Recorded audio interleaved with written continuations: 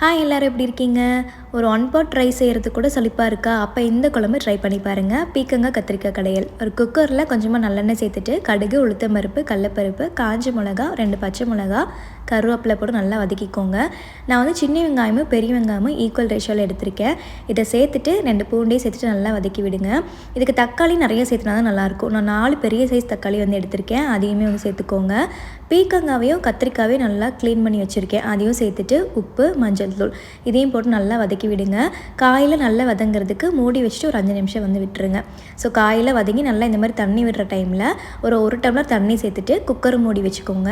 ஒரு 3 விசில் எடுத்துட்டிங்க அப்படின்னா கடையல் சூப்பராக ரெடி ஆயிரும். இல்லை கொத்தமல்லி எல்லாம் தூவிட்டு அப்படியே சாப்பிட்லாம். ஆனால் என் பசங்களுக்கு இந்த காயில் வாயில் பட்டாலே ஆகாது. அதனால் நான் நல்லா கடைஞ்சிட்டேன். ஒரு 10 நிமிஷத்தில் செய்யக்கூடிய பீக்கங்காய் கத்திரிக்காய் கடையல் சூப்பராக ரெடி ஆயிருங்க.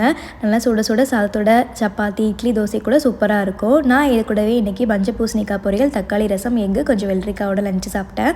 எப்போவுமே நமக்கு பிடிச்ச குழம்பு செய்யும் போது இன்னொரு டைம் சாப்பாடு போட்டு சாப்பிட்லான்னு தோணும்ல. அது கம்மி பண்ணுறதுக்கு நம்ம லஞ்சு சாப்பிடும் போது அது கூடவே நிறைய வெஜிடபிள்ஸ் வச்சு சாப்பிட்டீங்க அப்படின்னா 2வது ரவுண்டு சாப்பிட்ணுங்கிற தாட்டே வராது. ஃபில்லிங்காக இருக்கும்.